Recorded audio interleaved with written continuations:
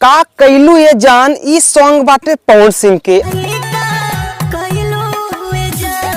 कमर ताड़ी खाना भइल ई सॉन्ग बा खेसारी लाल के। दोनों लोग का सॉन्ग रिलीज भइल बा, बीच में बहुत ज्यादा गैप ना, बहुत ज्यादा दिन का समय ना हो, मात्र 12 घंटा के अंतर बा। तो हम आपके आज बताइब कि आखिरकार दोनों में गाना बेस्ट कौन हो और कौन सबसे ज्यादा व्यूज लिये बा, सब कुछ बताइब। आप लोग बन रहा वीडियो के अंत तक। तो पहले पवन सिंह का गाना रिलीज भइल बा का कैलू ये जान, होली का सॉन्ग बा। पहले चला एकरे बारे में कुछ बात कर जाए। तो पवन सिंह का सॉन्ग जो चैनल से रिलीज भइल बा, इस चैनल जो बा वो खुद पवन सिंह का चैनल बा, 4 मिलियन प्लस व्यूज ये पर सब्सक्राइबर हुए। और पवन सिंह का इस सॉन्ग जो बा भैया वो 24 घंटा के अंदर में 2 million views plus 2 number trending में आ गई बा। हाँ 2 नंबर ट्रेंडिंग और 2 मिलियन व्यूज 24 घंटा में लेके पवन सिंह का सॉन्ग इसमें चल रहा बा। थोड़ा सा सोलो मौसम में इस सॉन्ग बा, बहुत ही बढ़िया सॉन्ग बा।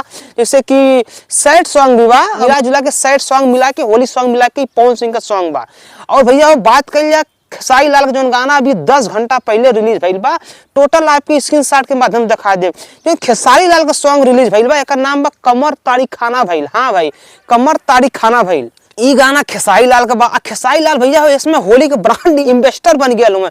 मतलब 12वां 13वां गाना खेसारी लाल का होली के 24 में रिलीज हो गई बा, लेकिन ट्रेंड कौनो ना कैले बा ढंग से। हाँ, ट्रेंडिंग में कौनो ना गल बा। ये अपेक्षा अगर देखल जाए तो पवन सिंह का गाना ट्रेंडिंग में चल रहा बा, लेकिन इहो गाना भैया हो 10 घंटा में मिलियन व्यूज पहुंचे वाला बा। तो हो सकला ट्रेंडिंग में चल जाए, लेकिन 10 घंटा में पवन सिंह गाना ट्रेंडिंग में चल गल रहा है। ये ट्रेंडिंग में जाए कि ना, ये तो पब्लिक के प्यार दुलार के ऊपर बा, पब्लिक के सपोर्ट के ऊपर बा। लेकिन भैया हो हम आपके बतावल चाहते हैं कि ये मन एक्टर्स के रूप में फेमस एक्टर काम के लिए जगह नाम बा रक्षा गुप्ता और खेसारी लाल का जबरदस्त होली का सॉन्ग बा जकर नाम बा कमर ताड़ी खाना भइल। ई कौनो छोटा चैनल से लॉन्च बा जकर सब्सक्राइबर हुआ 1.5 मिलियन, और पवन सिंह के जहाँ से लॉन्च बा ओकर सब्सक्राइबर 4.5 मिलियन के प्लस हुए।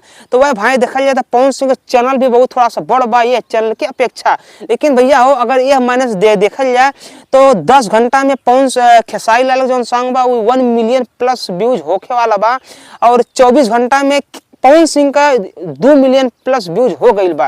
लेकिन ट्रेंडिंग के बात कल जाए तभी खेसारी गाना ट्रेंडिंग में ना आयल बा, लेकिन पवन सिंह गाना ट्रेंडिंग में आयल बा।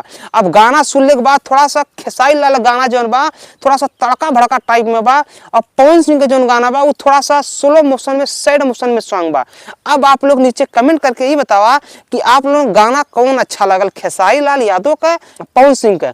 जकर भी अच्छा लगल नीचे कमेंट बॉक्स में कमेंट करा। तुम्हारे भाई के चैनल यार बहुत छोट बा, तो और आप लोगों का हमार बहुत ज्यादा सख्त जरूरत बा आप लोगों के हमके। तो आप लोग कुछ मत करा, फ्री में हमारे चैनल के सब्सक्राइब करा, वीडियो के लाइक करा। हम मिलते अगले वीडियो में, तब तक के लिए हर हर महादेव, जय श्री राम।